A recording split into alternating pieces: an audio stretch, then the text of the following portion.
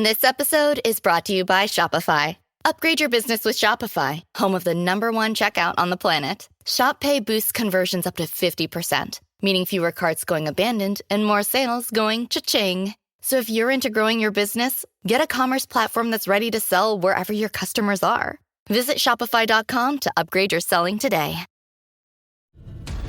This episode is brought to you by Unstoppable. Discover the inspiring true story about Anthony Robles, who defied every expectation to become a national wrestling champion in Unstoppable, a new original movie from Amazon MGM Studios and director William Goldenberg, evoking the excitement and camaraderie of classic sports dramas and thrilling wrestling matches. Unstoppable features an all-star ensemble cast, including Jarrell Jerome, Jennifer Lopez, Don Cheadle, Michael Pena, and Bobby Cannavale. Watch Unstoppable now, exclusively on Amazon Prime Video.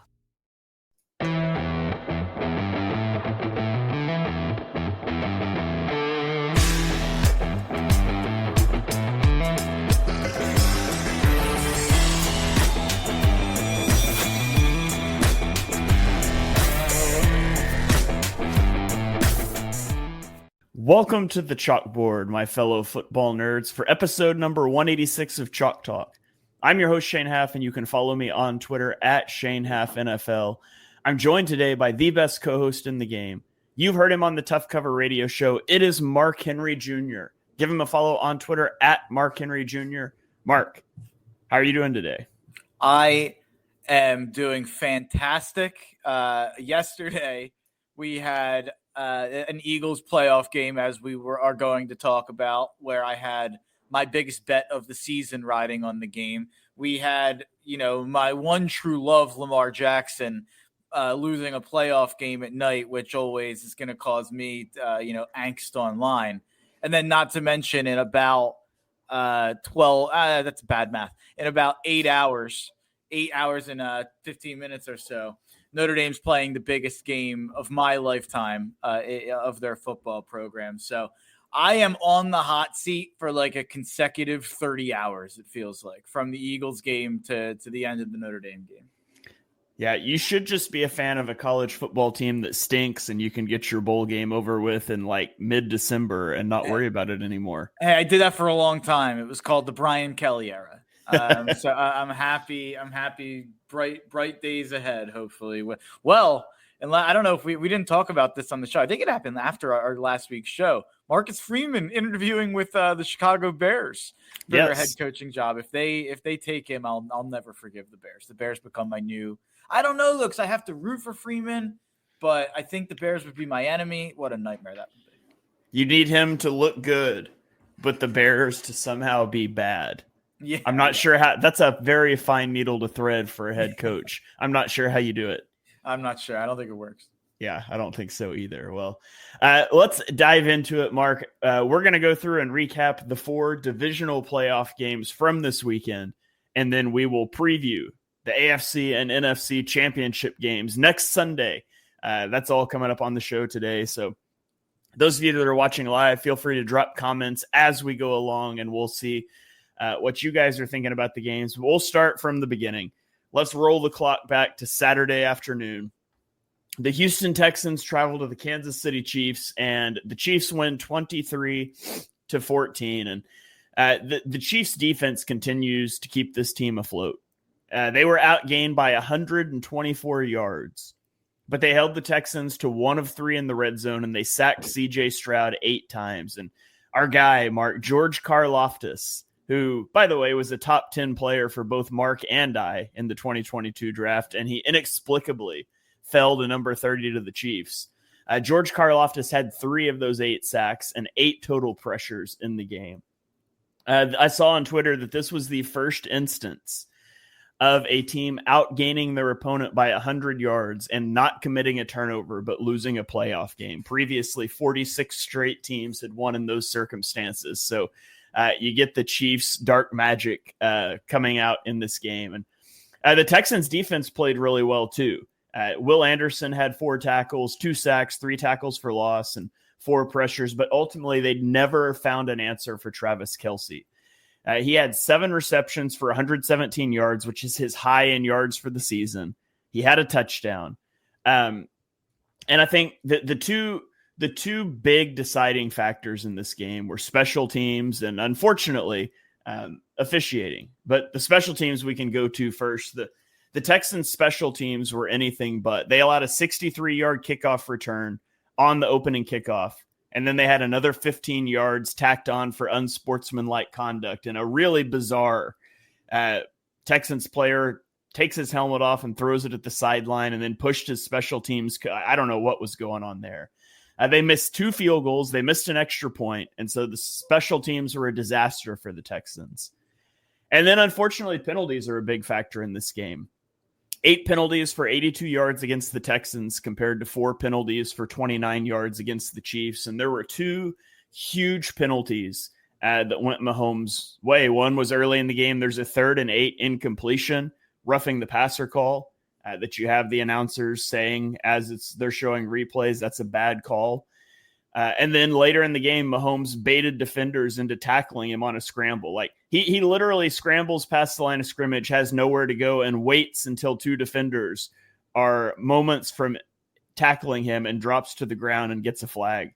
And it's bad when the announcers who are supposed to be unbiased and no.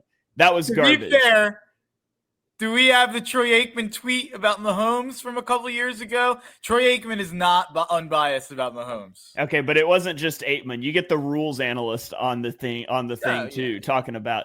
And so, I mean, it was absurd. There was another one where Mahomes was up the sideline and like he just goes up the sideline until he's like inches from being pushed and steps out of bounds and then flops magnificently in front of the officials and cries because he doesn't get a flag. Asked about the officiating after the game, D'Amico Ryan said, quote, "We knew going into this game that it was us versus everybody. And when I say everybody, it's everybody." CJ Stroud said, quote, "I'm not going to go back and forth on what I thought was a call or what I thought wasn't a call. It's one of those things where you know what's up before you even walk into the arena." I'm sick of these talking points out of playoff games. I do not understand. It's so stupid. And you see it in another game that we're going to talk about in a minute, less slanted, but the Commanders had a huge penalty for a face mask that was called when a guy grabbed someone's shoulder pad to make a tackle. And within 2 seconds of the play being over, everybody knew it was the wrong call, but NFL rules don't allow that call to be changed. What is the point of this $20 billion corporation having cameras everywhere if you can't get the calls right? Like, these roughing the passer, unnecessary roughness penalties are so subjective. And every ounce of ambiguity in the rule is massively slanted towards Mahomes and the Chiefs. They have got to make this stuff reviewable and get these calls right, because nobody benefits from it more than, and credit Mahomes. He knows how to play the system. He knows how to use the player safety rules to his advantage. And he's great at selling flops to the officials.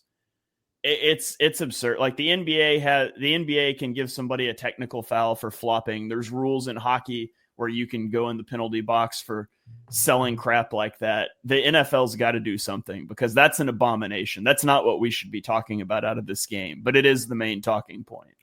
I think that it shouldn't be. I really don't think it should be. The Texans ran 21 plays and got the ball 4 times after they were down 1 point, 13-12. They didn't score a point. To me, I don't think the refs had an iota of an impact on the outcome of this game. I think Kansas City wins this game without the 2 flags that you referenced, because the other 2 he flopped and he didn't even get the call. So everyone's freaking out. The 2 flops he had, he didn't get the call. The flop that's going around social media and Twitter that everyone's using as Brady would have never done this. The people saying that don't remember the Patriots and don't remember Tom Brady, because that was a different era where quarterbacks weren't being protected at all. And they literally also cheated their way to almost every Super Bowl they won. So maybe you don't use the Patriots as Tom Brady and the Patriots aren't the golden child there either. I agree with you, but the same stuff was happening then. And I do think here and there are bad calls here and there. I actually think the one flag that they threw on the helmet to helmet, or the late hit, I thought that was pretty dumb by the Texans to take that shot. I do think when a guy's going, I'm a little bit of a I'm a little bit of a snowflake when it comes to the late hits on quarterbacks. I thought they got away with one in the Ravens game. Lamar got hip drop tackled out of bounds and no call. I'm of the opinion I'm ready to flag all of it. Justin, flag. It seems like certain guys get less protected than others. For absolutely. Sure. If that was Patrick Mahomes, that's a penalty. The same thing happened to Jalen Hurts in his game. He was pushed 2 steps out of bounds to the ground, and there was no flag. If it's gonna be a flag against the Chiefs, make it a flag against everybody. It has to be consistent, and it is not. The second one I thought was pretty bang bang, and I thought was close. The first one, it looked like helmet to helmet live, but it wasn't, and that's why it should be reviewable. I agree with that. I'm absolutely here to review everything. And I think in all sports, the fact that some things are reviewable, some things aren't, it's a joke. And the NFL doesn't want that, because then they're picking apart their officials. And we saw it when they made pass interference reviewable, and they just stuck with whatever call they made. They never overturned pass interference calls. I'm sure it would be the same thing, but that's what they should do. Because I do think that first helmet-to-helmet hit that they called, it looked like it live. I think one of the announcers said, like, oh, the 15-yard flag coming there for helmet-to-helmet. And then when they slowed it down and you look at the replay, you're seeing that Mahomes gets hit like by his arms in the chest and flings his head back. I don't think that's even on purpose either. I think he got shoved. And it looked like it because his helmet was pretty close to there. So I think it's just these things are hard to officiate in real time, and there does probably need to be, if not reviewable, replay assist. Like we have all these replay assist things. It makes no sense to me sometimes. Like, oh, well, we did replay assist and we figured out that it was actually a first down. And it's like, well, then why can you do it for that and not for these other things? Like, well, that's like last weekend too with I think it was at Stafford that they ruled that one a fumble, and then replay assist was like, no, it's not a fumble, it's a pass, but they couldn't throw the flag for intentional grounding, even though it was. Now that it, like, the pass interference thing was never going to work. That's too much of a judgment call. There's bumping on every, but like face mask, roughing the passer, helmet shot, like all of those things, it is a binary. You grabbed the face mask or you didn't. You made contact with the crown of the helmet or you didn't. Like, those things are the things that need to be. It was a pass that was intentional grounding instead of a fumble. Like, all of those things. What's the point of replay assist? I don't get it. It's really frustrating, and hopefully they can get that system fixed, because it seems like every other sport has their crap together more when it comes to officiating. But the story of the game when it comes to Mahomes shouldn't be anything with the refs. It should be that throw he made to Kelsey for the touchdown to go up 8 points. Because once they went up 8 points in the third, or I guess that was actually in the fourth quarter, it spanned over into the fourth quarter. But you knew it was over. There was no way Houston was going to get back in that game. And obviously they get a field goal blocked late in the game, but that would have taken them down they would have been down. I think they would have been down 8 points again, because KC had gotten a field goal by then. So Houston just blew a bunch of opportunities to score. Even the blocked field goal was so late in the game. Obviously, you have the missed field goal, you have the missed extra point, but yeah, I never really felt like this game was in danger, to be honest. Yeah. Early on, it felt like the Texans were going to hang with them, and then it just went dry. But okay, let's go on to the night game, which was an awesome game between Washington and Detroit, and Washington wins 45-31. And Mark, I said last week on this show, I wouldn't be surprised if Jaden Daniels threw for 300 yards, rushed for 70, and led the Commanders to a win in a shootout. And dang it, if I wasn't close. He threw for 299 yards and rushed for 51 yards and won in a shootout. But the Lions were in a bad spot where they cannot get pressure without blitzing because of all of their injuries. And Jaden Daniels was the 4th best quarterback in the league by EPA this year when blitzed. And so the Lions shot their shot and blitz, tried to introduce variance into the game, and he just diced up the defense. The Commanders only punted the ball one time all game. They did have a turnover on downs. They did miss a field goal too, but they only punted once. The offense moved the chains. And it's not that the Lions offense didn't move the chains. It's that Goff just imploded. Jared Goff threw 3 interceptions. He had a fumble. 1 interception was returned for a touchdown. which, by the way, shout out Frankie Louvu for another helmet-to-helmet cheap shot on a quarterback that wasn't flagged. Again, let's get replay on this stuff and get it right. But one interception was returned for a touchdown. Another interception was in the end zone. Another interception was inside the red zone, and he had a fumble in the red zone. So Goff just imploded in this game. And I thought Ben Johnson made some major mistakes in this game too. And I'm not even going to talk about like the Jamison Williams interceptions. Like they ran a few trick plays that worked. That one didn't.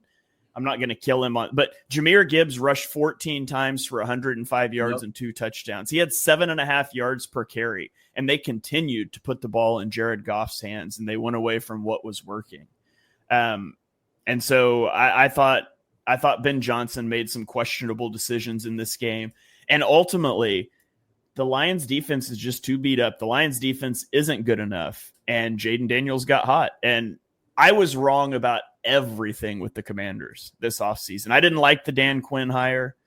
Dan Quinn, by the way, massively has changed his stripes when it comes to like decision making on fourth downs and things. And we'll see how that plays out long term, because you're probably going to lose your offensive coordinator. And that's the number one thing I don't like about getting a defensive head coach. And so we'll see. Maybe I'm still right on that part of it, but I didn't like the Quinn hire. I hated the Cliff Kingsbury hire. And maybe Cliff Kingsbury is just a great offensive coordinator that shouldn't be a head coach. He's probably going to be a head coach again, though, now. And I was wrong about Jaden Daniels. Jaden Daniels was my QB3 in the draft. I had him at 15 overall. And I mean, I didn't hate that. I would have taken Drake May. I said that, but I didn't like hate them taking Jaden Daniels. But I had a lot of concerns about Daniels, especially his ability to stay on the field and to avoid pressure at the next level. But all three of those guys have been outstanding this year. And so I feel like this game shows a couple things, and you can lump the Vikings into this too. It shows that if you can pick between a superstar roster with a replacement level quarterback or a special quarterback with a replacement level roster, you take the special quarterback every time, because the special quarterback can show up in the playoffs and change games. And I mean, Detroit's defense, even with all their injuries, they're probably like somewhat equivalent to Washington's defense, right? But Jaden Daniels stepped up in a way that Jared Goff can't do. And so you take the quarterback every time, and it absolutely looks like Washington hit on the quarterback.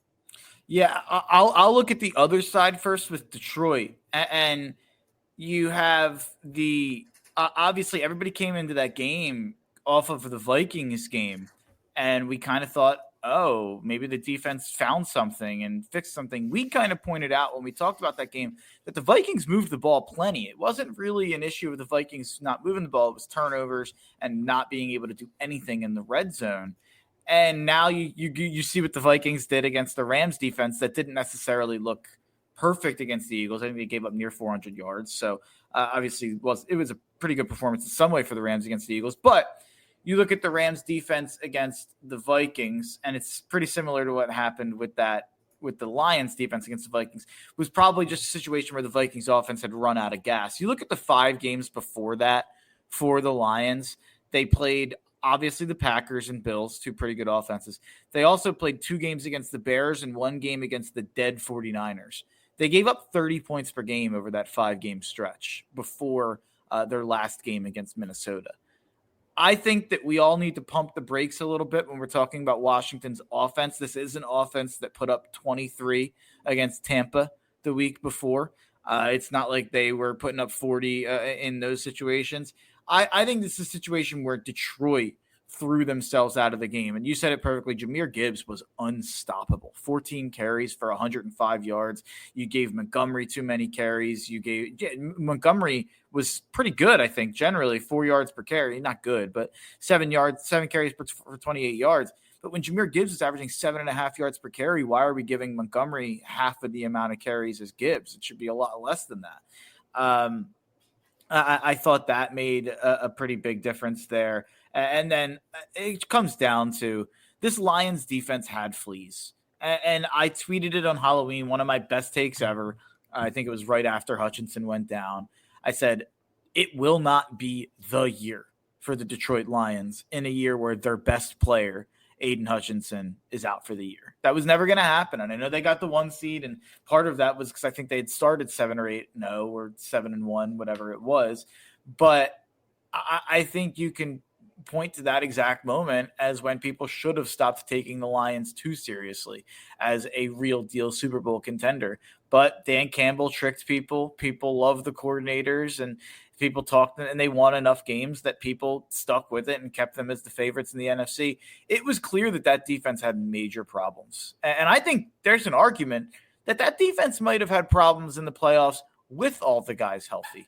We talked in the offseason about certain positions that they kind of had mismanaged over the last couple drafts and not shored up. I thought that they, for the last couple years, I've said that they don't have the second pass rusher with Hutchinson on the other side or on the defensive line, and they still don't really have that, in my opinion. So I think that this game is more about Detroit than Washington, and it's more about Detroit failing on defense, and it's more about Detroit not having those guys healthy on defense. And I think this was just kind of a classic ran out of gas game for the Detroit defense. And not to mention, like you said, 3 picks for Jared Goff. And when I think was there 5 turnovers? Yeah, 5 turnovers for Detroit in this game. I think that there's a chance. And I don't want to be too confident because I was too confident with the Eagles last week. I think there's a chance, and we're going to get to the Eagles next. People are a little overinflating that Commanders win based on 5 turnovers and based on the fact that they played a defense that I think was totally out of gas. Yeah. Shoot. I lost a stat I was going to give you, so I'll come back to it here in a minute. I'll touch on something else you said while you're looking for it. You mentioned Cliff. It kind of seems like Cliff's not going to get a job. And I don't think I would hire him yet. I'd probably want to see a second year and see how he handles Jaden's kind of – there's a lot of sophomore slumps a lot of times in a quarterback's second season. We'll see. Bobby Slowick was a guy I was pushing to be hired by everybody last year, and this year did not have a very good season. People want him fired. So I would probably still wait a year, but – what I would say more than anything with this Cliff Kingsbury, Jaden Daniels pairing has kind of made me think. Kind of makes me think that Kyler Murray stinks. Yeah, I saw that you had mentioned that earlier or on Twitter earlier, and that's a possibility for sure. I found what I was looking for. So we talk about Washington, and first of all, in this game, Detroit had a better offensive success rate than Washington did. Detroit had a 58% offensive success rate. Turnovers just killed them. But Washington has allowed a 58 and a 53% success rate in their 2 playoff games against Tampa and Detroit. This defense isn't that good. They feasted off of turnovers, and they've had some really good offensive outputs, but I think the defense is still very much a concern for Washington. Their defense, it's not that their defense played great. It's that they came up with key turnovers. And, we'll get to previewing in a minute, but they're going to face an Eagles team that has not been turning the ball over. And so we'll see how that plays out. But let's talk about that Eagles team. They beat the Los Angeles Rams 28-22 in what started as a good weather game and quickly developed into a snowball type of game. But Jared Verse had an incredible game for the Rams. He had 4 pressures and 2 sacks.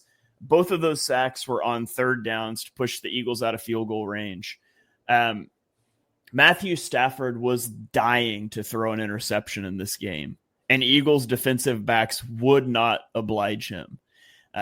Opening drive, Darius Slay hit in the hands, drops it. Later, Isaiah Rodgers, who's in for Quinyon Mitchell, who got injured on the first drive, tackling Matthew Stafford, which, by the way, how do you end up getting tackled, or how do you end up getting injured tackling a 36-year-old Matthew Stafford? Just bizarre. But Isaiah Rodgers do you want to hear a little conspiracy on that? What's that? I have a little bit of a conspiracy on Quinyon that he was concussed and that he went to the blue tent and that they realized he was concussed and that they had him basically fake a shoulder injury so he wouldn't have to deal with protocol. Okay. I don't know. The broadcast made it seem like it was concussion at first, and it seemed like they were taking him. I think he got taken off the field for that. Yeah. That's just a theory. Just a theory. Because he was apparently in the locker room with nothing on his shoulder after the game saying he was good to go. Yeah. Just conspiracy. Okay. Well, I really hope that's not the case. But regardless, Isaiah Rodgers in relief of Quinyon Mitchell has the ball in his hands, gets it taken away by a receiver. Cooper DeJean was hit in the hands with one. Like, Eagles defensive backs refused to take the gifts that Matthew Stafford was handing out. Jake Elliott had a weird day, misses an extra point, hits field goals from 44, 37, and 23 yards in the snow, and then missed a PAT that very much could have mattered. Because it's after Saquon rips off a 78-yard touchdown run to go up 13. He misses the extra point. The Eagles have a 99% win probability, up 13 with 4.5 minutes left. They give up a sub 2-minute touchdown drive. They go 3 and out. They give up another drive to the red zone. And I mean, the game, they lose if the Rams score a touchdown and hit the extra point. But Jalen Carter gets a sack to put the Rams in 4th and long, and the Eagles get a stop, and they hold on and win the game. And Saquon Barkley became the first player in NFL history with 200-plus scrimmage yards against an opponent in the regular season, and then against that same opponent again in the postseason. So Saquon, we used to call Boston Scott the giant killer. I guess we have to call Saquon the Ram killer now. A.J. Brown had a bad game in this one. He had 115 consecutive targets without a drop coming into this game, and he dropped 2 passes, one of which directly took points off the board for the Eagles. So rough game for A.J. Brown, really rough game for the Eagles passing attack. The snow didn't help things. Jalen Hurts getting twisted over on his knee really didn't help things either. And that's probably a huge thing to monitor this week is what Jalen Hurts' knee injury is like and if he's mobile. Because if he's not, that could spell a lot of problems for the Eagles next week. Yeah, I'm actually gonna be the positive guy and tell everybody to calm down. I'm not worried about Jalen's knee as much as everybody else is. I feel like there was a couple rollouts after the knee injury where I thought he looked fine enough. And if they were going to roll him out immediately after it happened, I don't think that it's something that'll too much affect the game plan. Maybe there's not as many design runs. Maybe he doesn't have a 44-yard, rushing touchdown next week. But I'm actually, by the way, I don't think we're going to find anything out about it all week long. We're not going to find any information about it. So it's going to be a storyline. People are going to talk about it all week long. I'm not too worried about it. I think he's going to be able to do enough to roll out in the pocket and to at least have the threat of the read option. I think they'll do a pull. He'll pull one early to at least show that he can do it. And we'll see how he reacts to that. But I actually think I feel like normally I freak. And when it happened, I freaked out. When he came back into the game, I'm not too worried about it, to be honest. I think they'll shoot him up with enough stuff and get enough medicine in him all week long and some rehab. I think he'll be fine for next week. I want to focus on another Jalen. I want to focus on Jalen Carter because what Jalen Carter has done in this game and all year long, he's the most impactful defensive lineman in the entire NFL that's remaining, in my opinion. And I have a screen here that I wanted to share. It was Orlovsky, who I think stinks, but he tweeted it out. I'm going to full screen that here, and let's mute him. But I think that this is really interesting. This sack, someone absolutely falls in the background. That's probably a touchdown to Higbee right there.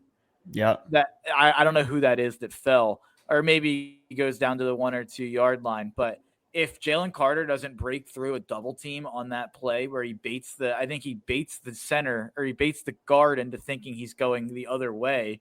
So he goes to the tackle to help and he makes it through that and makes that sack. That's just one of the many plays he made in the game. But I thought it was his best game of his career. And he's had a couple, I think that Saints game, he was insane this season, but to make the impactful plays he did at the times he made them, just an incredible game from Jalen Carter. I mean, I think he's the MVP of the game. I know everybody's going to focus on Saquon. I think what he did on defense was just as valuable. He was an absolute animal. It's also pretty cool that for the first time in his career, he got held by an offensive lineman. It's never happened before, but for it to happen in a playoff game, that's pretty cool too. And another guy on that D line that has become one of my favorite players now is Nolan Smith. I mean, what this guy has turned into. I don't know. I don't know what his finishing stats were in that game. I know in the previous 8 games, he had 6 sacks and 8 tackles for loss, including last week's playoff game. So I know he had a forced fumble and a sack in the game. That might be an attack. Okay, he had a sack, a tackle for loss, and a forced fumble. So make that 7 sacks, 9 tackles for loss, and a few forced fumbles over the last 9 games. He has really turned into one of the best edge rushers in the sport over the second half of the year. And maybe the biggest development of all of it is that he's become, I think he actually is graded out as a top 25 edge rusher against the run on PFF, and take that with a grain of salt. But at the very least, he's holding up in the run game, and they're leaving him out there for, a ton of snaps. I didn't look at the snap report from this game from Jimmy Kempski, but he, it felt like every time I looked out there, he was on. He was there rushing the passer or even dropping back a couple times. But I think Nolan Smith, his development, you just have to credit that 2023 first round draft class from Howie. I mean, that's a pretty unbelievable defense changing couple picks there with kind of solidifying your top edge rusher and your top D tackle for the next 5 to 10 years. Yeah, he played, let me see on the snap counts here. Nolan Smith played 58 of 71 snaps in this actually game. A little lower than I would have guessed, to be honest, but still, that's a ton of snaps. And when he was drafted, we very much thought he would be a pass rush specialist with that, maybe hopefully could play some running, could hold his own basically in the running game, not be good. I was the opposite, actually. I thought I remember talking about with Nolan Smith that he was a guy that the traits didn't match the skills because he was so light and fast. But what I thought he was best at was stopping the run. And I was like, I don't know if he can stay that good stopping the run against NFL offensive linemen, but if he can retain like some of that efficacy and develop as a pass rusher. And it turns out like he's just a monster still in the run game, which does not make sense. And it was a size conversation, more than anything else. It wasn't really about him as a player. It was just nobody his size is really playing against the run at that position. Yeah. And he's absolutely translated. In the first 10 games of the year, Nolan Smith had 12 pressures. He has 32 pressures in the last 8 games. Wow. Yeah, that's awesome. He is really turned into our best edge rusher. And I felt like Josh Sweat was a little quiet in that game. He said after the game that he'd rather play on that bleeping Brazil field than the snow yesterday, which I thought was funny. But it did feel like our pass rush was pretty dependent on Jalen Carter and Nolan Smith getting home. Obviously more Ojomo and Jalix Hunt, a couple big plays sprinkled in, and pretty fun for those guys to make impacts. Obviously, deep pick in Ojomo, a project pick, and Jalix Hunt. And Oren Burks too. Oren Burks deflected a pass on that final drive too. Absolutely. Obviously, Isaiah Rodgers returns the touchdown. He had a couple negative plays as well, but Isaiah Rodgers returned the touchdown. And then just looking at the defense, he got down to the 10. Oh yeah, on the fumble. Duh. Which was good because the Eagles couldn't score from 1st and goal from the 9-yard line. But, that is what it is. Yeah, that's fair. I can't believe I can't believe I did that right there. But I would say, the Rams had over 400 yards here of total offense. And the Rams obviously were able to move the ball, especially at the end of the game. I don't know if we've mentioned it, though, or we did mention it at the start. Do you think that 2-minute drill looks a little different with Quinion out there? I don't know. That's been an Achilles heel for the Eagles this year. Sure. I mean, the Falcons game, they gave up a game-winning drive at the end. The Washington game, they gave up, granted, they got an interception that should have sealed the game and didn't, and then gave up the 2-minute drive. They gave up a 2-minute drive and then almost a second one at the end of this game. And so that has been a weakness for the Eagles. And I feel like, so the first drive, they got real soft spot drop zoney, and Stafford just picked it apart. And I didn't like that decision. I'm a big proponent of, like, if you're up 2 scores with like 2 minutes left, sure. Drop into your prevent stuff, make it take a minute and a half. That's fine. But at the point where like your offense has really struggled, and if you give up a 2-minute drive and go 3 and out, you're going to have to clamp down to get a stop. I do not like getting soft coverage like that. And then he got blitz happy again on that last drive for a couple of plays. It's like, stop blitzing, like stop it, knock it, bad Vic, like don't. And he does that at the end of games, and I don't like it, but they're able to get the stop, so we don't have to be too upset about it. But I love Fangio for the first 58 minutes of the game. In the last 2 minutes, he does scare me a bit. Part of me does, and I know we have had even another game, the Jacksonville game, you had to get a game-winning interception in the end zone. They did kind of march down the field in that game to put a scare in us at the very end. So I do think it's a consistent problem, and I think it's for the reasons you laid out. There is part of me that thinks if Quignon's out there, it doesn't happen twice in like 2 minutes. But maybe that's wishful thinking. I do think they missed Quignon in this game. Like, Stafford throws for what? How many? 320 something in this game? 324. It's probably. I think that number's probably under 300 if Quignon's out there. Yeah, and yeah. I was gonna say the pressure thing was huge too, which is something I called out on my preview show with Johnny and our Patreon. That you have to pressure Stafford without blitzing. It's key. And the Eagles pressured Stafford on 13 dropbacks in this game, and he completed 4 passes for 34 yards. On 37 dropbacks when he wasn't pressured, he completed 22 passes for 290 yards. You got to make him uncomfortable. And the Eagles, when they were able to do that, the defense was excellent. Yeah, and then you look at the Jalen Hurts stuff, and people are going to talk about only 128 yards. You look at Josh Allen and Mahomes; they had pretty similar games yesterday. He didn't turn the ball over. Obviously, the safety was bad. He took a couple bad sacks, but I thought a lot of it was just that the O-line did not hold up well on a couple of those plays. And then you also had the A.J. Brown 2 big drops. Obviously, the one would have caused a first down around midfield. The one would have probably been if not a touchdown, a play right down to tush-push territory. So I think if you add a couple of those, obviously you had the big play to Goddard called back for an eligible man downfield. You had I just felt like every 50-50 ball and every like swing play went the Rams' way, and the Eagles still won the game. Yeah.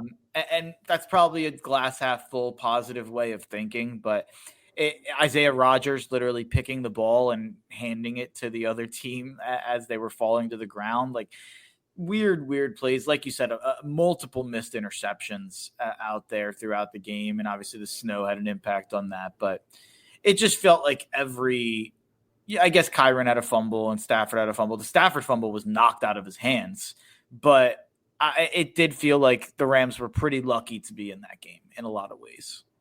Yeah.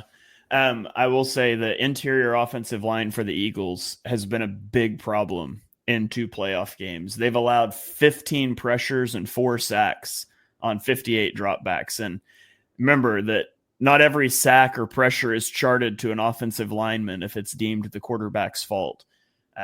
So this isn't just Hurts holding the ball a long time. That's a 26% pressure rate and a 7% sack rate in the playoffs allowed by your 3 interior offensive linemen. And that's simply not good enough. That has to be better moving forward. Yeah, no, absolutely. It's definitely a concern, and they're busting right through the face of the offensive line and getting right in his face. So it's hard for him to even escape up the pocket because they're right there. It's not pressure from the edge. So, and I didn't think Mailata played well in this game. He definitely had multiple reps where it looked like Verse kind of cooked him getting to the pocket. And I know some of those aren't Mailata's fault necessarily, but yeah, it was a concerning game from the O-line. I guess the lucky thing I'd say is that I don't think there's, the Bills or the Rams really scare you at all in terms of the defensive line, really brutalizing the O-line the way that the Rams did, or I should say the Bills or the Commanders. The Chiefs as a potential Super Bowl opponent would be a problem with Chris Jones, especially, and a couple, Karlaftis, obviously. So I think the Chiefs are probably a pretty bad matchup for the Eagles. We obviously have a game to get to before that one, so I don't want to look too far ahead. But I'd say if you're not betting on the game, you don't have a vested interest, and obviously I don't think I have to tell people this, you should probably root against the Chiefs. Yeah. The AFC Championship. If the Eagles win the NFC Championship, I'd say Buffalo would be a significantly better matchup for the Eagles, especially on that conversation of the O-line. Yeah, go Bills. Well, let's talk about the Bills. The Bills get the win last night over the Ravens in heartbreaking fashion for the Ravens, 27-25, and turnovers and 2-point conversions decided this game. It started early with a Lamar interception and then a strip sack on back-to-back drives. And the Bills took a 21-10 lead into half, but Lamar was flawless in the second half. He leads a field goal drive and then a touchdown drive with a failed 2-point conversion to make it 19-22. The Bills kick a field goal to go up 24-19. And the Ravens are driving once again when Mark Andrews fumbles. His first fumble since 2019. The Bills get into field goal range, kick a field goal, so the Ravens get the ball back down 8 with 3:23 left. This is that weird position where it's like, it's not just score a touchdown. It's that we then have to get a 2-point conversion. So do we try to hurry so if we fail, we have time to get the ball back? Or do we run it down to the end so we don't get it and then give Josh Allen the ball? Well, they end up scoring the touchdown with 1:33 remaining.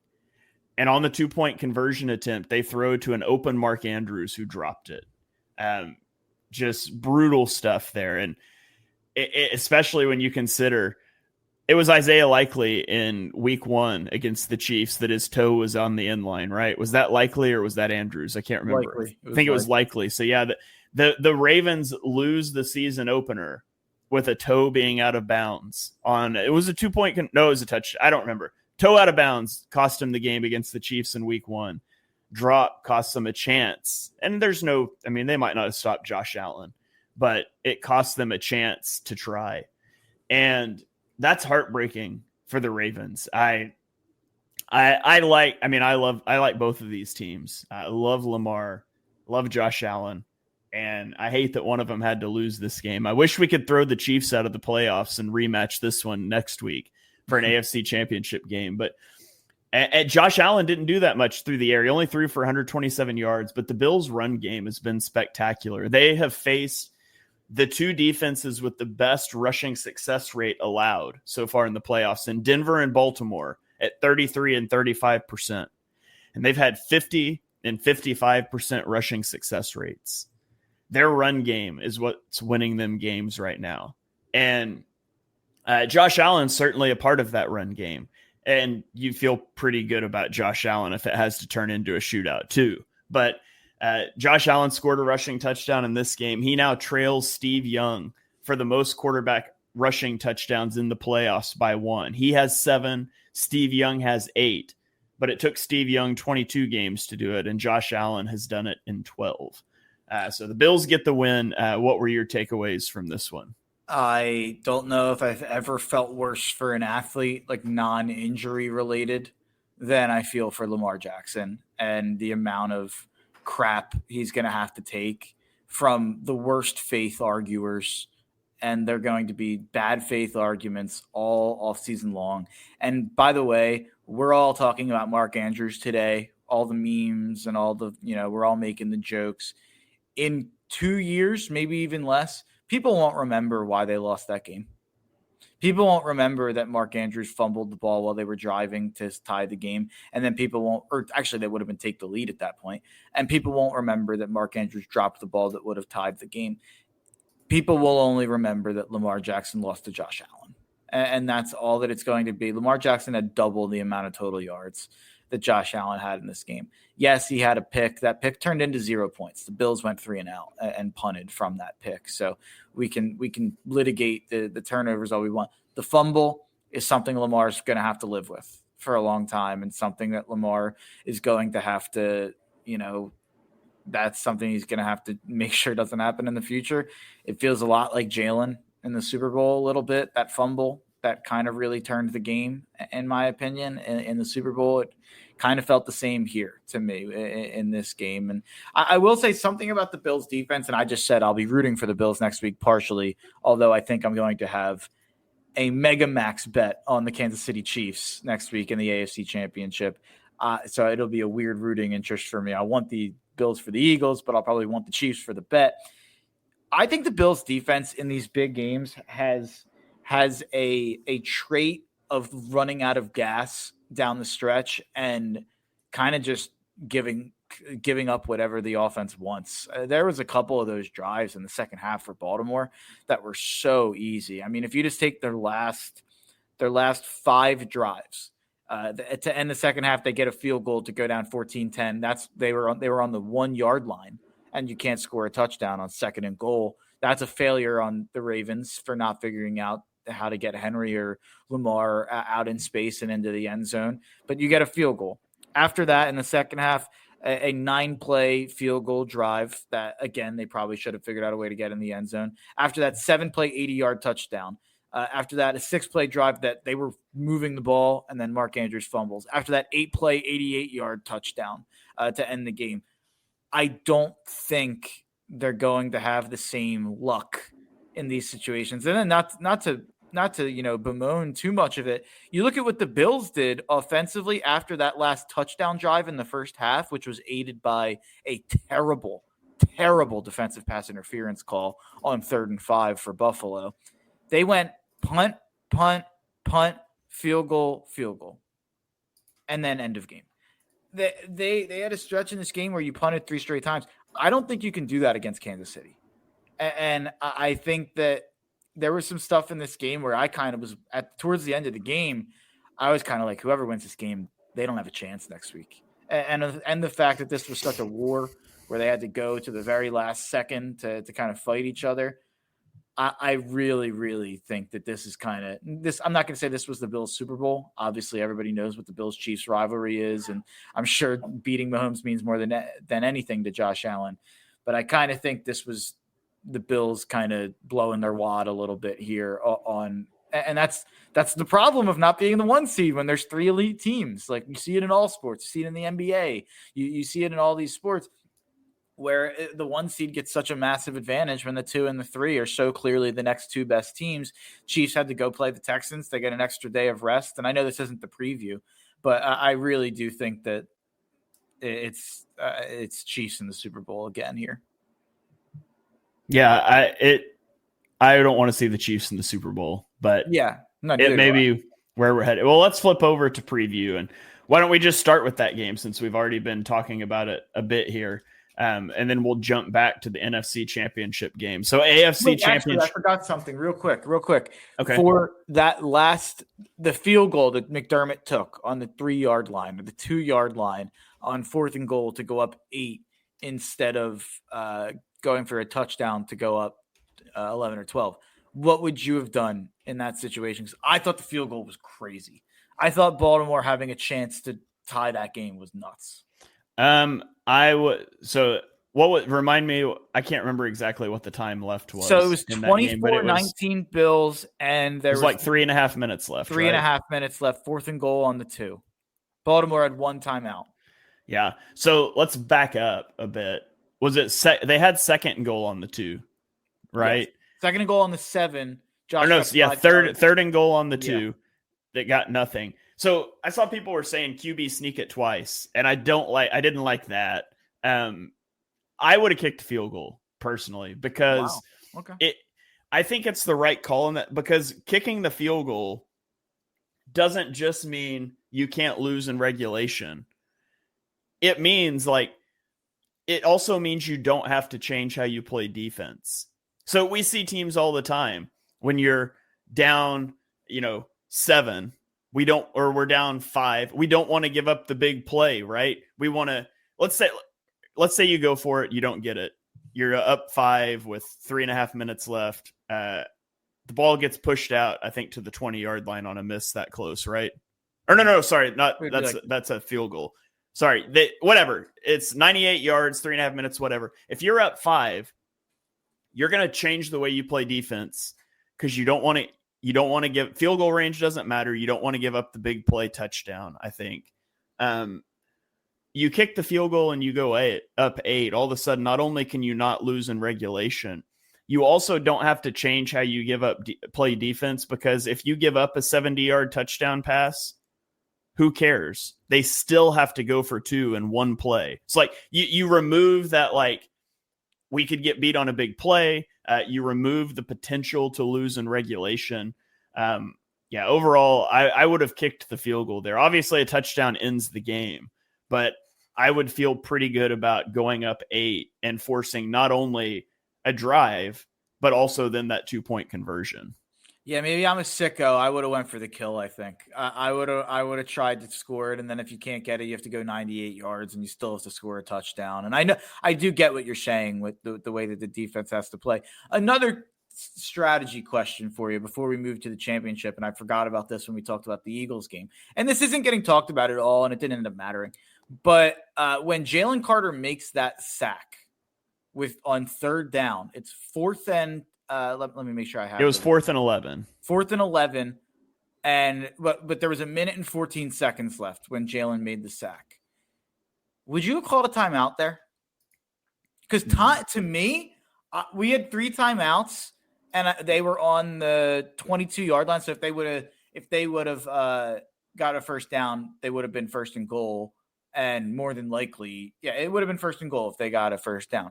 So I was kind of thinking, and I was more even thinking this when it was a 3rd and 2, about like whatever happened on that play. If it was whatever, was there an argument to call a timeout and stop the clock with like a minute and 12 seconds left? Because at that point, the clock didn't matter to the Rams. They were going to be able to get enough plays off to score if it would have been first down with 30 seconds left, even the way that they waited. So I think they would have been able to get 3 or 4 plays off the way that they would have done it. But should we have called a timeout after that sack just in case?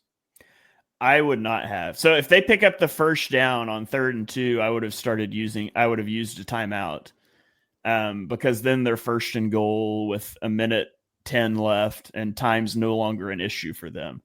Once you sack them, I want them scrambling against a running clock to try to convert a 4th and 11. Like, I don't want to call a timeout and let McVay draw something up. Like, you can make an argument for let them scramble up to the line of scrimmage and burn all that time and see what they line up in, and then call the timeout after they've burned all that time to begin with, to get into what you want based off of their look. But again, I don't think I would want to give McVay the opportunity to draw something up. So if they converted that 3rd and 2, I would have started taking timeouts. But when that sack happens, I would not call a timeout there. I want them scrambling against a running clock, which was part of my big issue.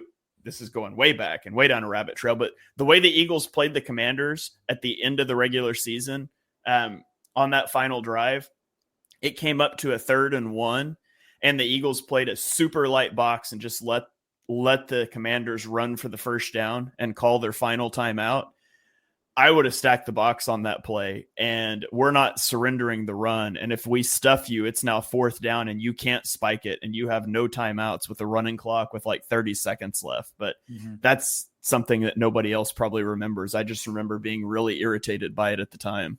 There was part of me that was just like, if they get this first down, the game's over, was kind of how I was feeling, even on the 4th and 11. And I would have said, let's call a timeout at a minute 14 here after the sack. And if they don't convert the first down on 4th down, it wouldn't have mattered anyway. You still were able to waste the clock.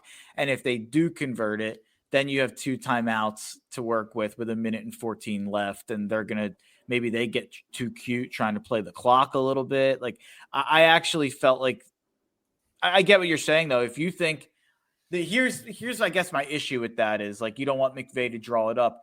If you're the Eagles, shouldn't you have some level of confidence in Fangio to draw something up? Like, vice versa? Potentially, but when you're talking about a defensive coordinator drawing something up, all they can really draw up is a blitz based on what they're given. Because everything other than a blitz, you're allowing the offense to dictate your look to you. And Stafford's really good when blitzed. And so, I mean, I wouldn't have wanted to blitz. Yeah.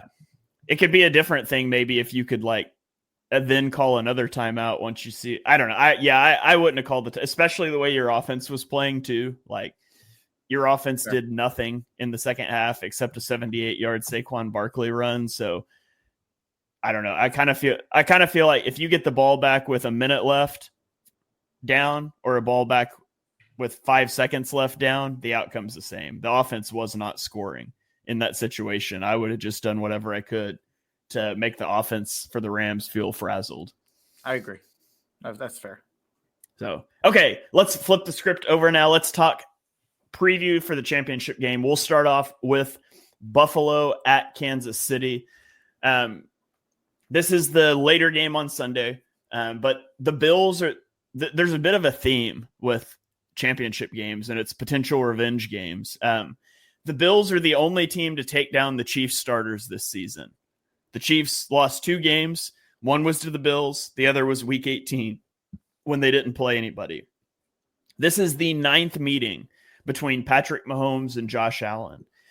They have each won 4 of the previous 8, but Mahomes has won all 3 postseason matchups. And so Josh Allen's looking to get his first postseason win against Mahomes. And we're going to get I said this during the NFL draft.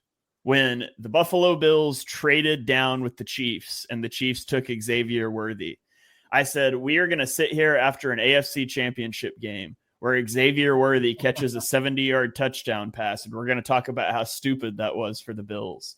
Well, we get the Worthy versus the Bills matchup we all knew was going to happen the second they made that trade. And so we can see what happens with that. The Bills are the better football team. Their drop back EPA is almost double the Chiefs. Their ground game is better. Their QB has played better this year. Their O-line is better.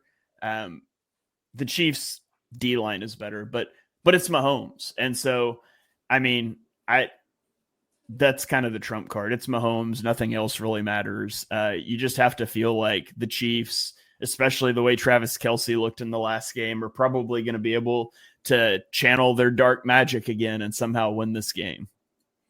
To me, I think it comes down to the Bills defense. And we talked about that, my Bills big game McDermott theory I think they wear down. I think they come out hot.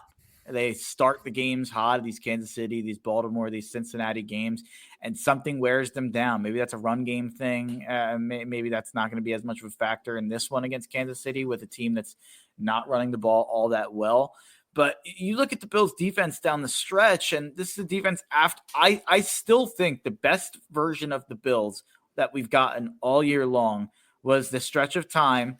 They went 34-10 against the Titans, 31-10 against the Seahawks, 30-27 against the Dolphins, a little closer than it should be, 30-20 against the Colts, and then they wrapped that up by going 30-21 win against Kansas City, and then they blow out San Francisco.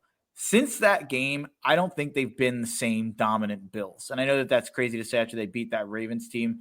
Like I laid out, I feel like there were a lot of plays that could have played out in that game that make that game go differently. Lamar gets hit out of bounds, no flag. They end up punting on a 3rd down. Josh gets a defensive pass interference on 3rd and 5. It goes from a 48-yard field goal in the snow to 1st and goal on the 5. Mark Andrews fumbles. Mark Andrews drops it in the end zone. But you look at the Bills defense, they gave up 44 to the Rams. Next weekend, they gave up 42 to the Lions. The next weekend, they barely beat the Patriots 24-21 in a game where Drake May and the Patriots had the ball to try to win the game. And then they gave up 25 in that Ravens game that could have been more if not for a couple turnovers and a couple, big plays. I just think that there's a McDermott issue with the defense down the stretch in games, and I think Kansas City is going to take advantage of it. I think Kansas City, I don't know what the numbers look like.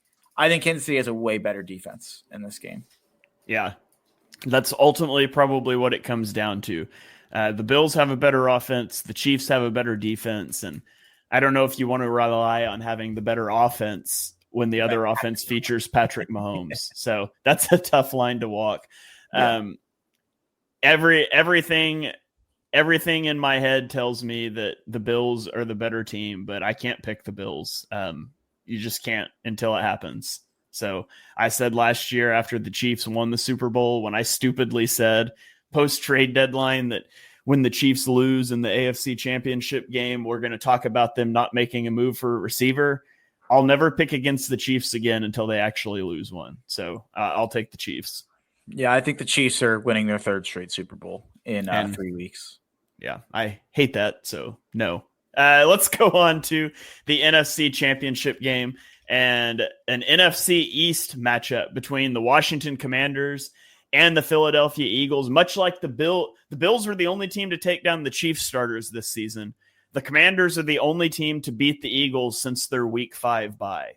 And obviously, Jalen Hurts knocked out of that game. The game looked to be trending towards a blowout before that happened. And obviously, that didn't happen. There's big questions about Jalen Hurts' health after the knee injury. And we're not going to get answers to that this week. We just won't. We're going to get answers in the first quarter of the game.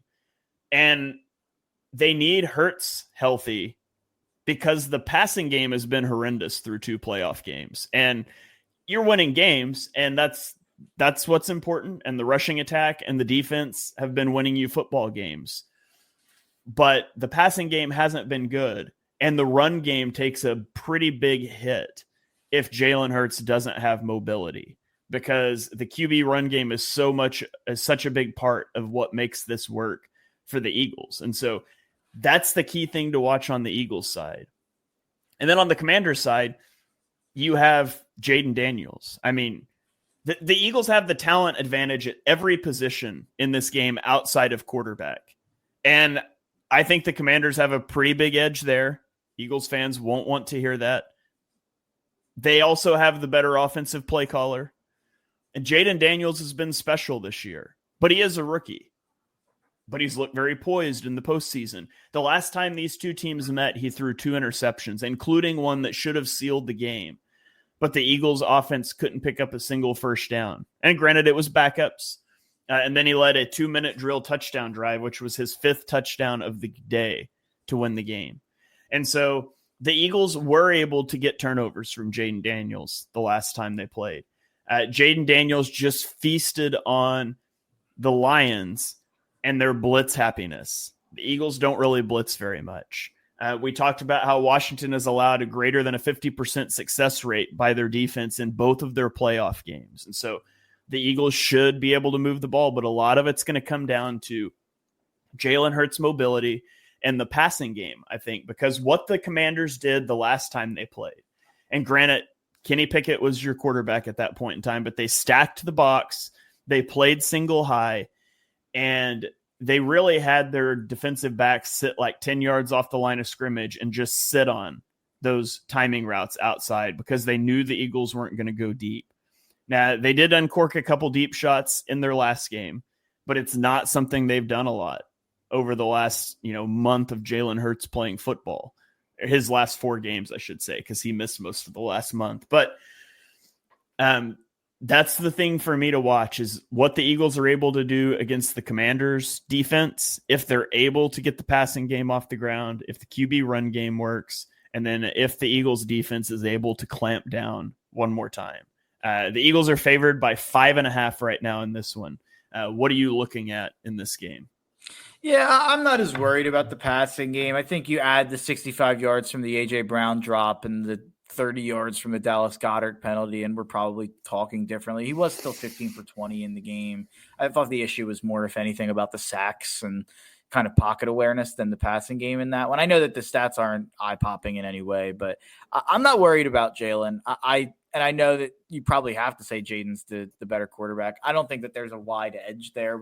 This is still Jaden Daniels that only put up 23 points in the wild card round. And, we've put up more than that in both playoffs. I guess we put up 22 in the first round. But and then it's also the same Jaden Daniels that went 22 for 32 for 191 and a pick the first time that we faced him. And he threw 2 picks the second time that we faced him. And they were up 21-7 with Jalen in the game before Jalen got hurt in that game. I am not worried about Jalen's the knee and the passing game. So I am probably going to feel more confident than most. And, the line is sitting here at 5.5, and that opened at 5. It's up to 5.5, and it seems like it's going to trend towards 6.5. I wouldn't bet that number. I think that there's a chance it's a pretty close game, pretty low scoring close game potentially. But ultimately, it comes down to defense. I don't think this Washington defense is going to hold up. And I know that they were able to stack the box and make things happen when Jalen went out of the game and Kenny Pickett was in there. I think Jalen's going to be able to make enough happen down the field with AJ and with a couple other guys that you can look at what Jahmyr Gibbs did in that game, 14 for 105, 7.5 yards per carry. They were able to break one with Jameson Williams for 61 yards on an end around. I think you're going to be able to succeed against this defense. I mean, you said it, the Lions had a better success rate than the Commanders did in that game. Came down to the fact that the Lions turned the ball over 5 times. And the one thing that the Eagles are doing more than anything, and we can debate how concerned we should be about the passing game and if they'll be able to run the ball next week. The one thing we're doing more than anything is not turning the ball over. Yeah. And that I would say that, there might be some turnover regression coming for that, but it seems like it's a pretty diagnosable part of what our offense is trying to do. And we're maybe sacrificing some chances, sacrificing some, creativity on the offense in order to protect the ball and to not turn the ball over. And I don't know if that's just because we think we're better than every team that we faced in the playoffs. And you kind of think when you're that much better that you can kind of keep the ball and then, keep the ball in the middle of the field and not necessarily have to take too many chances. By the way, keep the ball in the middle of the field was not a term for what we were doing, and kind of just that was like an analogy of just to roll the balls out there and don't make a mistake. And they think they're going to win that game. I wonder to see if that'll be kind of the same thing with Washington, or if they stack the box, they do take those shots down the field. And by the way, last week they faked the tush push and went down the field to AJ Brown. Little bit of an overthrow from Jalen. I thought that the route was a little weird from AJ on that as well. And then in this game, they take the shot down the field to AJ Brown, drops the ball. Mm-hmm. So they have taken at least one shot in each game, and they'll definitely do that again next week. It probably should be 2 or 3 shots. They took one to Devontae Smith too, and he got obliterated. And actually, they took another one to AJ in the end zone that should have been picked. If I'm going to point out all the things that could have happened for Jalen that were positive, I should probably point out the things that could have happened that were negative. That should have been a pick in the end zone. I don't know what Jalen was looking at when he threw that ball to AJ. I think that was AJ wasn't reading Inner Excellence on the sideline. He was probably in Jalen's ear telling him, hey, get me the damn ball. And then he was like, all right, I guess I'll throw it. And to him, it did look like the safety. I think it was Cam Curl, your boy. I think he made a pretty good play on the ball and kind of ran over. It looked like he wasn't. I think Jalen thought there was single coverage, and the safety kind of broke from his stride. It looked like to go towards the ball. Yeah. All right. Well, there you have it, guys. Our conference championship game previews. We'll be back here next week. I guess we'll probably just recap because we'll have a whole other week to preview the Super Bowl, but we'll work those details out behind the scenes. What do you have, Mark? Never mind. Wait, I forgot about the fact that we do it, and my boss, or my boss, my dog is apparently raising her hand that she wants to talk as well. I forgot about the final thoughts, so I'll let you cook until final. Oh, okay. Well, that was pretty much it. I was about to throw it to final thoughts. So we're gonna get out of here. Let me ask you, Mark. Do you have any final thoughts for us? I do. I do have some final thoughts. I think last week, we couldn't remember exactly what we did, but I think last week we ranked the coach jobs available, the 6 best jobs. I don't think I gave my 6 candidates that I would look at that would hire me, or that I would hire. If I was a fan looking to get excited about a head coach candidate, these are the only 6 that I think I could get myself excited about. Ben Johnson, obviously. Bills offensive coordinator Joe Brady, who we've pushed for multiple years on this show. Bucks offensive coordinator Liam Cohen, who was in college at Kentucky and might have put some lipstick on a pig with Will Levis when he was there. And then obviously that Tampa offense was really good this year. It didn't miss a beat without Canales. I really like Liam Cohen. Todd Monken. Monken 2 years in a row with Baltimore has really taken Lamar to another level as a passer. And then you look at the fact that Georgia offense hasn't looked quite as good since Todd Monken's left campus. They haven't won a title since he's left campus. Maybe he is. Maybe it wasn't just Bowers and McConkey leaving that hurt that offense. Maybe it was Monken as well. Number 5, you're not going to like this one as much. It's Kellen Moore, and I'm not as confident in this one as the other 4. This one goes back to the Dallas days. I thought he was doing a phenomenal job back in the Dallas days. And I really thought that Dallas offense took a step back in terms of creativity, in terms of spreading the ball around, and especially in terms of the running game when Kellen Moore left. I mean, look at that Dallas running game, even Tony Pollard's efficiency when Kellen Moore was there, and then look at it after Kellen Moore left and it was McCarthy calling plays. That would be my Kellen Moore argument. I've kind of been doing the Kellen Moore argument before he was the Eagles OC, that he should get a shot. I wouldn't say anything the last 2 years is either way. I mean, they were still a pretty darn good offense. They're 13-0 now in games that Jalen, Lane, and AJ finished the game and started. And then my last one, I wanted to throw this at you. Pete Carroll.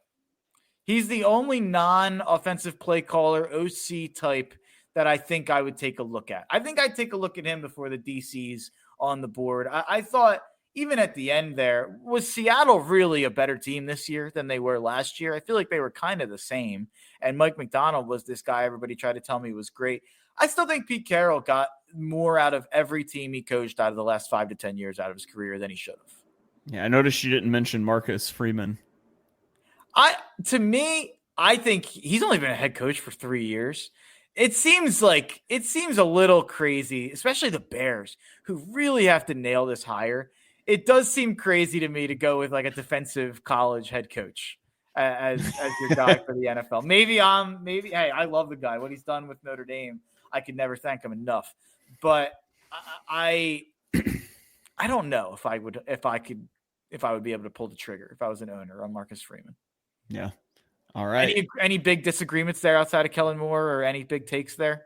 I don't know on Pete Carroll. That's fair. Maybe I'm just generally out on defensive guys, but it is a little bit of a wild card. He's also really old. I don't know. Maybe Kellen Moore, like maybe somebody will hire him. I was a bigger Kellen Moore advocate before watching him call plays for the Eagles this year. How involved is Nick?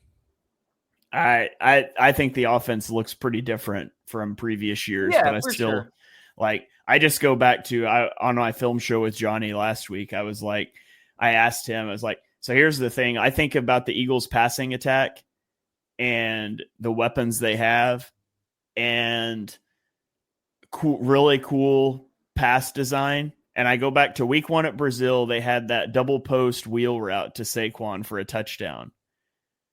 And then I think from there, when the next time I watched film, it was like, oh, that was a well-designed, cool concept. And I literally can't think of one the entire rest of the season. And so I don't know, even if there's an element of like Jalen doesn't want to do a lot of these things, eventually like you have to be the coach and say, we're doing some of these things anyways, because they're good and they work. And so I don't know how you suss out blame, but I think the Eagles passing attack has been very underwhelming from a terms of design standpoint. I thought his game plan last week in the playoffs was the worst game plan I've seen from the Eagles since last year when they lost to the Bucs in the playoffs. So I have some reservations about Kellen Moore, but I can see why. I mean, he may get a job and he may be really good at it. Like, it's hard with him because I have generally been a big fan, and he did solve a lot of the Eagles blitz issues. And so the Kellen Moore thing, I'm basically at the point as an Eagles fan, if Kellen Moore gets hired away, I'm not going to be like really upset about it, because I think you can maybe get somebody better or somebody with some different ideas, maybe not better, but different ideas that will work out better. If he stays, I'm also not going to be disappointed by that, because I think he's a solid play caller who solved blitz issues, and it'd be nice to have some continuity. So he kind of threads that needle of like indifference for me. It's like, if he gets hired away, okay. If he stays, okay. I think I won't have a strong reaction either way. I think my biggest complaint with Kellen, and this is more of, again, I still think a lot of what Kellen's doing is being dictated to him by Nick and Jalen. And I think he probably will. That's probably it's probably the head coach interviews when you go into what's happening and why that's happening. But the thing that concerned me more than anything else would be the third and it feels like we used to play for 4th and short and 3rd and short a little bit more, whereas it doesn't feel like we realize that 4th and 1 is our superpower anymore. It feels like we're not playing to get to 4th and 1, playing to get to 3rd and 1. Whereas it felt in 2022 like Steichen had that perfectly in terms of playing to get to that 1 yard first down. I don't know if that's, again, a Kellen Moore thing or a Jalen and a Nick thing, but he would be those top four. I would say the Ben Johnson, the Joe Brady, Liam Cohen, Todd Monken. Those are the four. If any of those four don't get hired, I think that the NFL is drunk.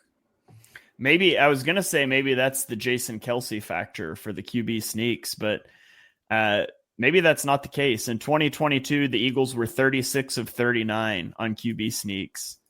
In 2023, they were 35 of 42. And in 2024, they are 30 of 37. So it's about the same as last year in terms of how frequently they're converting them. But I feel like they're more often on the 1 yard line now. Yeah. Than they used to. Like, I feel like you used to get more middle of the field tush pushes than we get now. Yeah. But yeah. Interesting. All right. Well, I think that's going to about wrap it up. Oh, we got comment throwback to last week asking about flag football coaching.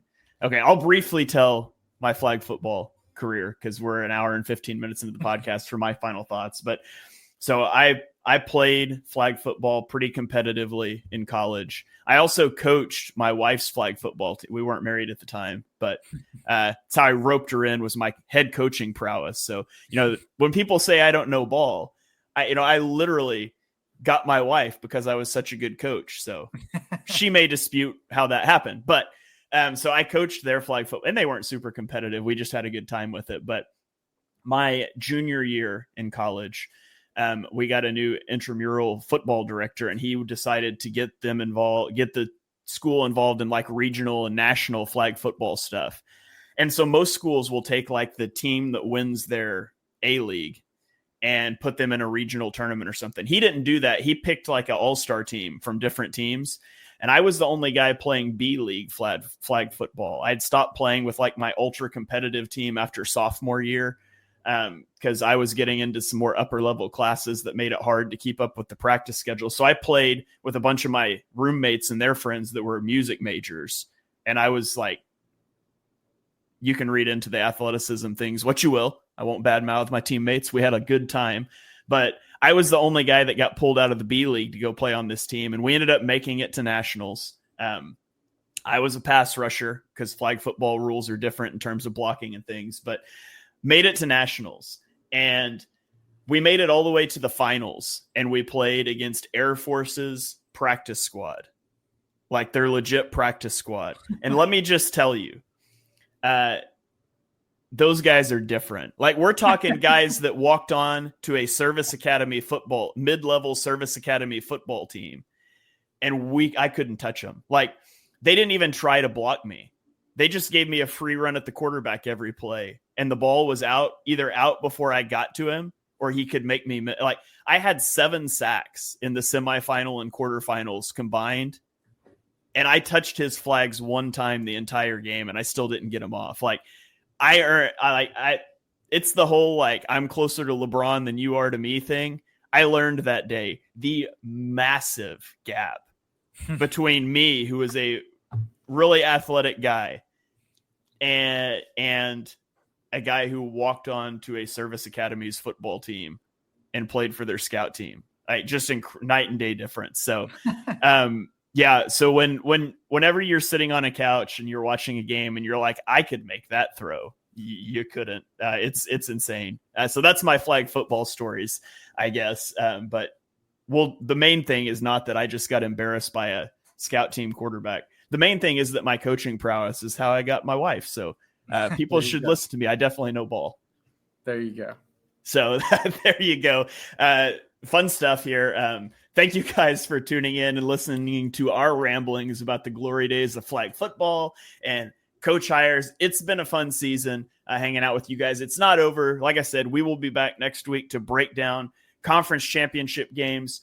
We will preview the Super Bowl before the Super Bowl. We've got all of our prop bets we placed at the beginning of the year that we will revisit and see who got the most of those right. So a lot of stuff coming your way. And then between the end of the season and the draft, this show will phase out a little bit because we used to do our draft ranking stuff on Chalk Talk. This year it will be under the Armchair Scouts banner. So it'll still be me and Mark along with Dives and Ryan. But this show will disappear from your feed a little bit post Super Bowl to the draft, and then we'll pick it back up with all of our post-draft content. So we won't disappear from your feed. It'll just be under a little bit different banner. But thank you guys for joining us. Just stay subscribed to the Eagles Pinpool Network feed. You'll get all the content that we put out. If you enjoy the show, share it with people. I got a message on Twitter a week ago. Somebody was asking what happened to the BGN feed. And I was like, bro, we've been doing Eagles Pinpool Network for 10 months now. And some people still haven't found it because they're not active on social media. So share it out with your friends. We really appreciate it. Rate and review the podcast. You can follow us on Twitter. I am at Shane Half NFL. He is at Mark Henry Jr. And we will catch you guys next time.